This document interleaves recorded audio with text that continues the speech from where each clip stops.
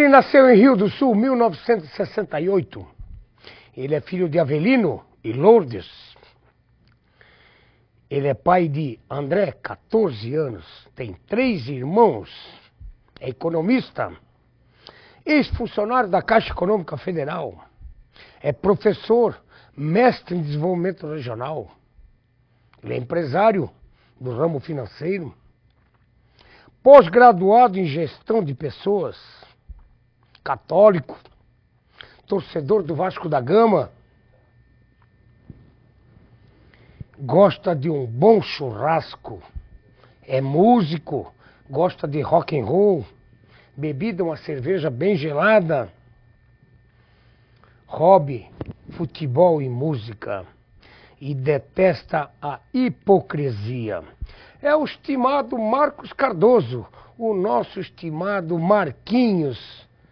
Outrora conhecido como o Marquinhos da Caixa. E por que não? Uma história de um tempo maravilhoso na Caixa Econômica Federal. E hoje o nosso estimado empresário, músico, professor, mestre, é o nosso convidado de honra do programa Na Boca do Povo, estimado. Obrigado por ter vindo. Boa noite, Nerê. É uma honra estar aqui com um amigo de longa data. É verdade. Muito bom estar aqui contigo. Marquinhos que faz parte da casa, né? Pois é. Tô palpiteiro oficial, dando palpite, falando de número e economia. De número, economia, esses momentos que tanto interessa a nossa gente, né, Marquinhos? Números que às vezes assustam, né? Por causa de dados que trazem a realidade, uma realidade às vezes muito dura, né? Em virtude de tudo que acontece no Brasil, que essas semanas que passaram aí eclodiram nesses movimentos todos que a gente viu, tão complicados até para entender e até para se saber qual a saída, qual é a solução que o governo vai adotar, o que se tem para o Brasil. Não é tão fácil assim de a gente conseguir ver. Né? Esse mês de junho de 2013 é o retrato, vamos dizer assim, uma fotografia do novo Brasil, podemos chamar assim? Muita gente estava assustada no final de 2012 com o final do mundo, né? E se falou em fim de mundo, mas uma mudança radical no modo de se fazer uma sociedade pode ser o encerramento de uma forma de se ver o mundo. Eu acho que o Brasil, falar em gigante adormecido que acordou, eu acho meio forte. Na verdade, o Brasil está se levantando para pedir que seja feito aquilo que o Brasil merece. Mas é um momento histórico, né, estimado? Com certeza. Acho que um dos momentos mais importantes, né, que o Brasil viveu até hoje. Mais importante, um dos mais importantes. A gente teve aí vários movimentos, diretas já, os cara pintada, tivemos lá na Revolução, lá no golpe militar, uma movimentação estudantil, mas a forma como aconteceu, acho até por causa de toda a fluência da informação, a forma como corre hoje nas mídias, em toda os Facebooks da vida, os Twitter, então a coisa foi muito rápida, ela aconteceu de uma forma inesperada, para o povo até, nós que estávamos meio sentados observando, e para os políticos mais ainda. Né? Vamos dizer assim, cansou, esgotou. Vamos dizer assim, o povo estava até uma semana atrás, 10 dias atrás, vamos dizer assim, com toda a liberdade de expressão, de saco cheio. Eu vi e não estou querendo defender partido nenhum aqui, que fique não, claro isso. Aqui vamos deixar bem claro, bem claro, não tem bandeira partidária. Exatamente. Mas eu vi o Fernando Henrique falar uma coisa que me deixou indignado até naquele momento, no primeiro programa de uma rede de televisão que era o programa chamado 2-1. Era um programa quase como esse teu aqui. Quase um cara a cara. Era um cara a cara, com a Mônica Waldvogel, estava ele, a Irene Ravache, e aí ela perguntou... Isso agora? Não, faz bastante não foi tempo. agora, foi ele bem já antes ele já tinha saído da presidência. Faz bastante tempo. Aí foi perguntado, mas ele disse, mas presidente, por que a sociedade, a violência, não se consegue parar a violência, não se consegue parar a corrupção? Ele disse, enquanto a sociedade não desejar isso de fato, não vai acontecer nada. Nós, os políticos, somos movidos pelo interesse da sociedade. A Irene Ravache estava pula, ela queria agarrar ele pelo pescoço, foram para o intervalo, voltaram calma, e aquilo me deixou pensando, aí acalmou os ânimos, né? Fiquei pensando, mas como é que um homem desse fala uma coisa dessa? Ela disse, presidente, mas como é que o senhor fala um troço desse? A gente vota em vocês, para vocês defenderem nossos interesses, e tu diz que é o povo que tem que puxar a frente do processo. Mas tu observar todo o movimento brasileiro de queda da inflação, os juros que estão caindo, se pegar a próprio impeachment, né, a renúncia do Collor, sempre tem que haver a manifestação popular para que haja a pressão suficiente para que a resposta venha lá nas assembleias, nas casas legislativas e no executivo. E ele, depois de um tempo refletindo, ele está certo. Não acontece, se tu vê todos os movimentos do Brasil e no mundo, acontecem sob pressão popular. Sob pressão popular. E as revistas trouxeram isso. Agora, durante toda essa semana aí, o que aconteceu lá fora e que vinha aqui, que aconteceu há poucos dias, claro que foi um pouco diferente,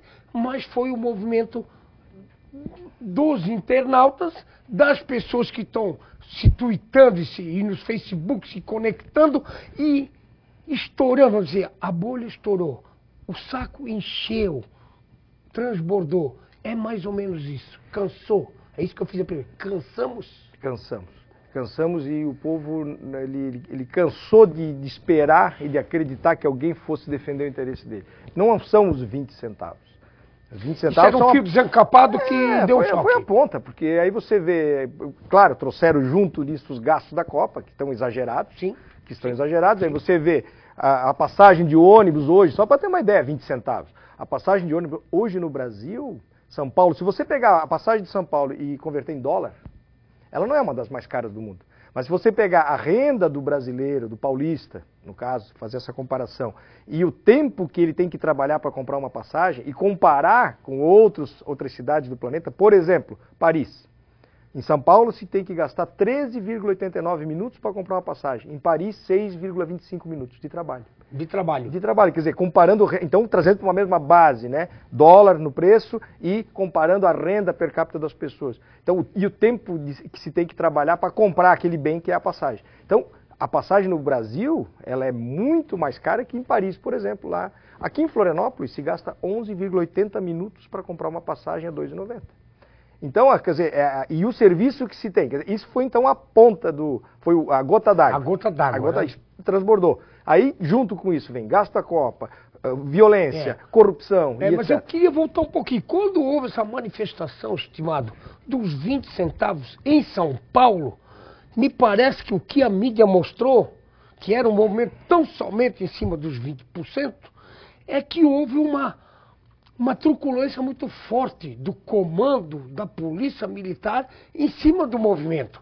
E isso desencadeou uma revolta do povo, da juventude, dos idosos, dos mais novos, dos mais velhos, que foram para a rua a nível de Brasil, porque não aceitaram da forma como aquela polícia militar de São Paulo, vamos deixar bem claro, de São Paulo, houve o tipo de força que foi usado em cima dos manifestantes, das pessoas que estavam. E até então, naquele momento, não tinha essa baderna toda. Tinha focos muito isolados de alguns banderneiros que se infiltram e que querem quebrar o patrimônio público e privado. E que não justifique que tem que ir para a cadeia. Mas a polícia ali, me parece que ela jogou a gasolina aonde tinha um barrilzinho de pólvora, onde tinha uma chaminha, um palito aceso e explodiu o Brasil. É que quiseram lidar com a coisa da forma como sempre lidaram. Na força. Tipo assim, o movimento surgiu, vai lá, dá um cacete, faz né? Eles recuam, esvaziam e acabou. Que era, talvez, da forma como eles imaginaram que fosse acontecer. Só que não contavam com o tipo de articulação. O político brasileiro não estava, principalmente os de São Paulo. O Haddad e o Alckmin, o que eles fazem na semana? Eles baixam o preço da passagem, sem nenhuma negociação, não houve negociação nenhuma. Então, realmente ela estava cara, isso abriu um precedente e aí o movimento ficou mais forte. Agora, quando eles mandam a polícia truculenta, e a polícia depois recuou também, foi para cima, porque eles pensaram, não, vamos lá, a gente faz a pressão com a polícia, dá um cacete em alguns, e aqueles mais revoltados, e aí eles esvaziam, mas não aconteceu. E, segundo a mídia, mando do governo do estado de São Paulo. Porque era a forma como se fazia. Vamos lá, pega pesado e nós vamos acabar com o movimento. Isso, porque era a forma como se fazia e funcionava. Só que isso ficaram atordoados, atônitos, porque não funcionou. E aí tiveram que pedir, a polícia recua, porque a coisa vai ficar pior.